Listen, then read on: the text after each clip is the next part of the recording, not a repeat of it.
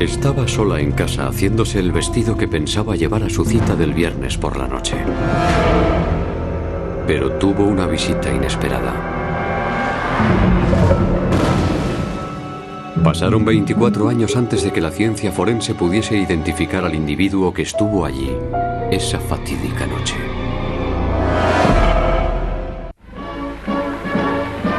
Era 1962. El presidente John Fitzgerald Kennedy estaba gobernando el país en el momento culminante de la Guerra Fría. El mundo veía con ansiedad cómo los Estados Unidos se enfrentaban a la Unión Soviética sobre ciertas plataformas de misiles en Cuba. Todo barco que se dirija a Cuba en el que se encuentre una carga de armas de ataque será obligado a volver. Las tensiones raciales en Estados Unidos no eran tan fáciles de controlar. La segregación en las escuelas del sur enfrentó a los negros contra los blancos. Líderes como Martin Luther King enviaron un mensaje de esperanza y prudencia. Tengo un sueño, que un día esta nación se alce a cientos de kilómetros. En la pequeña localidad de Hanford, California, la tensión racial y la carrera armamentística eran menos importantes que atender a los negocios y llegar a fin de mes. Era una comunidad pequeña. Todo el mundo se conocía. Todos se llamaban por su nombre. No había problema racial. La familia Miller prestaba un importante servicio a la comunidad. Se encargaban del suministro de agua a las granjas cercanas. Era una familia estupenda, muy trabajadores y buenos cristianos. Los Miller eran muy conocidos. El canal estaba situado detrás de la casa y alguien de la familia Miller estaba siempre allí para asegurarse de que el suministro de agua funcionara correctamente. El 21 de marzo de 1962, Marlene, de 15 años, fue la encargada de quedarse en casa mientras sus padres salieron a cenar fuera.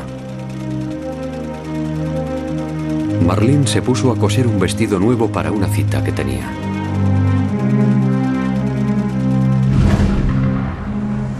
Sus padres regresaron a casa hacia las 10 de la noche. El televisor estaba encendido. Faltaba una persiana de una ventana del dormitorio y no había rastro alguno de su hija. El ayudante del sheriff McFarlane fue el primero en llegar a la casa de los Miller. Era obvio que teníamos un problema. Ella había desaparecido y alguien había cometido un acto delictivo. La policía encontró huellas en un camino de tierra cercano a su casa. Y también había otra prueba. Había unas huellas de bota que conducían a Elder Avenue desde el camino de tierra. Había huellas de pies descalzos que conducían al camino. Eran de alguien que entró y salió de un coche que estaba allí aparcado. Cerca de allí, la policía descubrió un par de guantes de trabajo desparejados y un cinturón. Robert Groot fue el primer periodista en llegar al lugar, que cubría el caso para el periódico Fresno Bee. Cuando llegó se encontró con bastante más de lo que esperaba. Empecé a caminar por la orilla y a los 30 o 35 metros allí estaba, flotando en el agua. Marlene estaba flotando boca abajo en la presa que había detrás de la casa. El hermano de Marlene, Walt, estaba registrando la zona en un helicóptero de la policía. Al sobrevolar la casa vi cómo subían el féretro y en ese momento comprendí que habían encontrado a Marlene. La autopsia reveló que Marlene había sido apuñalada en el pecho, aunque la herida no era mortal. Había agua en sus pulmones, así que la causa de la muerte era ahogamiento. Marlene tenía las muñecas atadas a la espalda con un nudo que suelen usar los granjeros de la zona. Tenía un pequeño nudo. Es algo que se puede hacer rápidamente para evitar que las vacas den patadas. No había señales de agresión sexual, pero los golpes que tenía en el cuerpo indicaban que Marlene había mantenido un fuerte forcejeo con el agresor. En la búsqueda de testigos, uno de los compañeros de clase de Marlene dijo a la policía que vio un coche extraño cerca de la casa de Marlene hacia la hora del crimen. Dijo que los parachoques eran de color azul turquesa. Dijo que le gustó la pintura del coche, negro en el capó, en el techo y hasta en el maletero. Para un chico de 15 años, ese tipo de Plymouth del 53 resulta muy atractivo. La policía tenía las huellas de neumáticos del lugar de los hechos y la descripción del coche. Ahora todo lo que tenían que hacer era encontrarlo.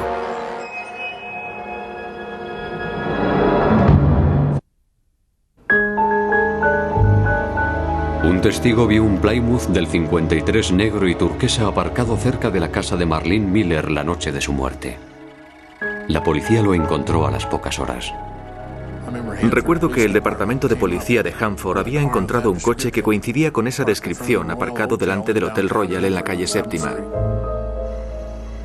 Cuando el ayudante del sheriff McFarlane se asomó por la ventanilla trasera, vio lo que más tarde resultaría ser una prueba decisiva. Vi un par de botas en el suelo. Una estaba tumbada y la otra estaba de lado, y gracias a una linterna pude ver las suelas. Me pareció que eran las mismas que las de Tommy Lane.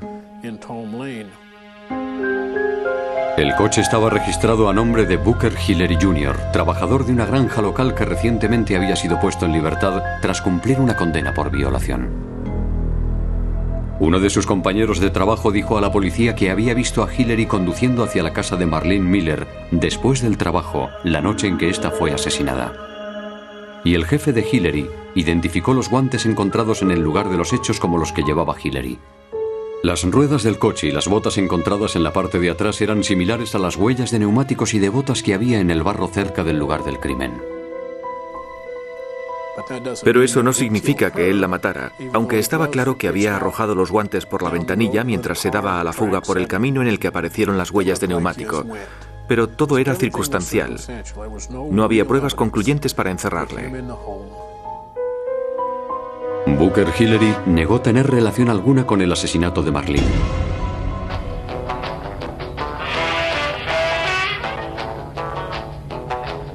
Hillery dijo que pasaba por la casa de los Miller todos los días, ya que él trabajaba en una granja al final del camino. Dijo que las huellas de neumáticos y de botas en la zona no significaban absolutamente nada. Booker Hillery fue arrestado, juzgado y condenado por el asesinato de Marlene Miller. Fue sentenciado a muerte.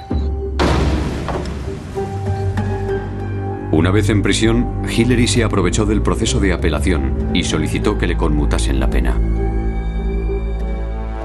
Fue descorazonador, especialmente para la familia, que había tenido que revivir esta pesadilla cada vez que se hablaba del caso. Cada vez que pasamos por esto, me hago la ilusión de que va a ser la última vez que tengamos que sufrirlo. Pero no acaba nunca. Es frustrante. A veces para un agente de policía el sistema judicial resulta frustrante. ¿Comprende? Cada apelación que presentaba Hillery se le denegaba. Pero en 1974, el Tribunal Supremo de los Estados Unidos dictaminó que la pena de muerte era un castigo brutal y cruel. En consecuencia, las sentencias de todos los que estaban en el corredor de la muerte, incluida la de Booker Hillery, fueron conmutadas por la de cadena perpetua. El Tribunal Supremo revocó su decisión 2 años más tarde, pero las sentencias de muerte no pudieron ser restablecidas. Booker Hillery continuó con sus maniobras legales. Presentó un nuevo recurso de apelación, esta vez argumentando que los negros habían sido excluidos del gran jurado que le había acusado. En 1983, un juez aceptó la apelación y ordenó que Hillery fuera juzgado de nuevo o puesto en libertad. Lo inquietante de esto es que era 1983 y la condena se había dictado en 1962. Y cualquiera puede revisar la transcripción del gran jurado y determinar que había una causa probable, independientemente de la raza del acusado. Robert Maline era el fiscal en el nuevo juicio de Booker Hillery.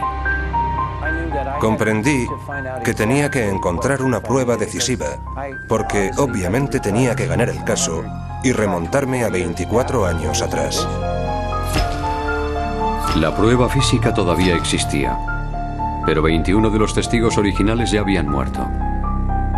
Larry Orth era el investigador jefe de la oficina del fiscal del distrito del condado de Kings. Habían muerto muchos testigos. Y tener que sentarte a leer cientos de folios de los testimonios de 1962, 1965 y 1970 para el sumario de un juicio actual puede dejarte dormido. Así que los investigadores cogieron las pruebas físicas y las volvieron a examinar, esta vez con nuevas técnicas forenses que antes no existían, y se encontraron con una sorpresa.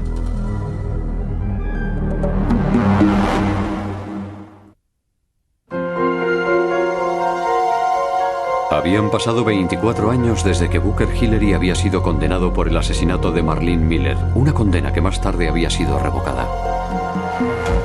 El criminalista Gary Corner examinó la prueba física del primer juicio. Comenzó por las botas encontradas en el coche de Hillery en la noche del crimen. Las botas habían sido modificadas. Las suelas seguían siendo las originales de la fábrica de botas Wellington, pero el tacón blanco original había sido sustituido por uno negro. Lo hizo para que las botas no se gastaran tan deprisa, pero al hacerlo pasaron a ser unas botas distintas. Corner comparó las botas de Hillery con las huellas encontradas en la casa de Marlene Miller y tenían la misma suela. El mismo tacón y las mismas marcas de cortes en el tacón. Después, Corner comparó los neumáticos del coche de Hillery con las huellas de neumáticos encontradas en el camino de tierra cercano a la casa de los Miller. Buscábamos cortes o piedrecillas o cualquier cosa que pudiera haber en los neumáticos. En este caso tuvimos mucha suerte porque había un defecto de fábrica y 3 cortes justo al lado. Esto situó a Booker Hillery muy cerca del escenario del crimen, pero no en el interior de la casa.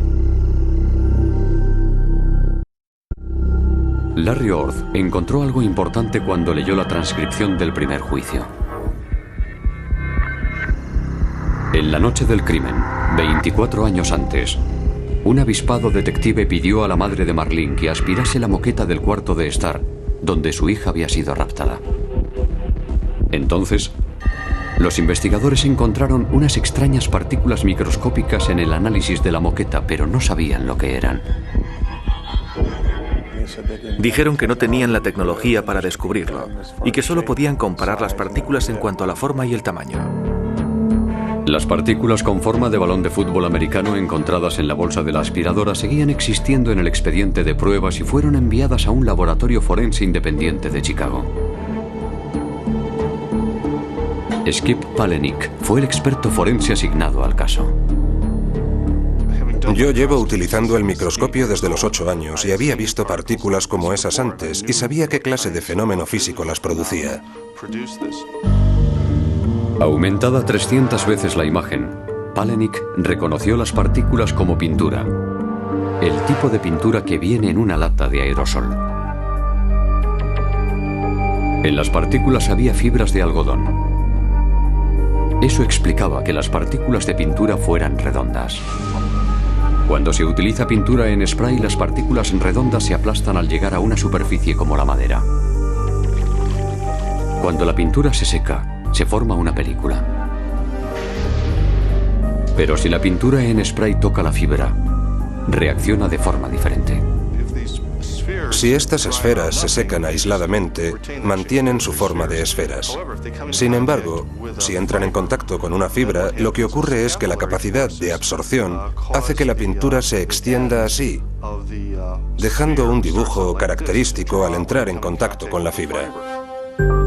Los científicos hicieron un microanálisis de la muestra bombardeando con electrones para identificar los elementos que la componían.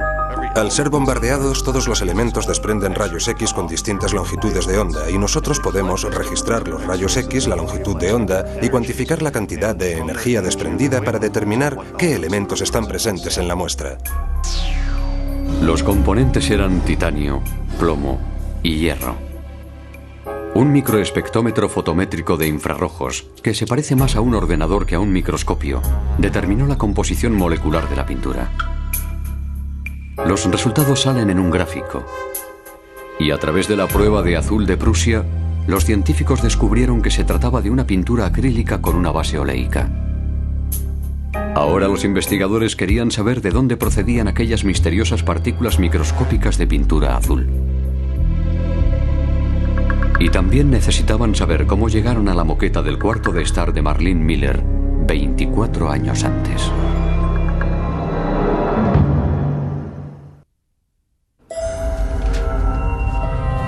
Cuando los fiscales se preparaban para el nuevo juicio de Booker Hillery por el asesinato de Marlene Miller, descubrieron una nueva prueba forense. Unas microscópicas partículas de pintura en la casa de la víctima, encerradas en algodón. Pero en 1962, cuando tuvo lugar el primer juicio, no existía la tecnología para identificar dichas partículas. Pero, ¿de dónde procedían esas bolas de pintura? Buscando respuestas, los investigadores registraron una vez más el coche marca Plymouth de Booker Hillery. Curiosamente, aún seguía bajo custodia policial después de tantos años. En el laboratorio forense, los científicos observaron que el techo del lado del acompañante estaba cubierto con una tela de algodón. Y que la tela había sido pintada con pintura en spray azul. Cuando examiné la tela bajo el microscopio, me di cuenta de que había millones de esas partículas que él había producido al rociar el spray, y que aún seguían allí. Era como si las hubieran puesto allí para que alguien las encontrara, y yo tuve la suerte de ser el que las encontró. Los científicos aspiraron todo el interior del coche de Hillery y analizaron los rastros. Encontraron miles de partículas de pintura idénticas en color, forma y composición química a las halladas en la casa de Marlene Miller. Al finalizar el análisis, lo primero que encontramos eran esferas de pintura verde. La pintura que aparecía planteó un problema, pues la cuestión era que no eran del mismo color. Cuando pusimos algunas de las partículas en el microscopio, vimos que todas tenían la misma cristalización, que los cristales eran similares, la composición química era idéntica, el espectro de infrarrojos indicaba la misma composición química. No podíamos asegurar que todas procedieran del mismo bote de spray. Nos preguntábamos cómo habían llegado hasta allí. Su forma era muy poco común. Los investigadores sospechaban que Booker Hillery había pintado el techo de su coche con spray. Al hacerlo, las partículas de pintura quedaron pegadas a las fibras de algodón y al secarse tomaron una forma cilíndrica. Conduciendo por la ciudad, Hillery pasó por un bache y las partículas microscópicas se desprendieron y se le pegaron a la ropa y al pelo. Las bolas de pintura le siguieron por todas partes como un virus sin que él se diera cuenta. Los fiscales mantenían que cuando Hillery entró en casa de Marlene en la noche del crimen, esas partículas microscópicas cayeron al suelo del cuarto de estar de los Miller. Se convirtió literalmente en una fábrica móvil de pruebas. Estas pruebas situaron a Booker Hillery en el interior de la casa de Marlene. Teníamos otras pruebas físicas fuera, a unos metros de distancia, pero las bolas de pintura le situaron dentro de la casa. Fue una prueba decisiva. En 1986, basándose en esta nueva prueba forense, Booker Hillery fue juzgado y condenado nuevamente por el asesinato de Marlene Miller, de 15 años. Fue sentenciado a la pena máxima permitida, de 25 años a perpetua, aunque el juez dejó claro que él le hubiera condenado a muerte si la ley se lo hubiera permitido.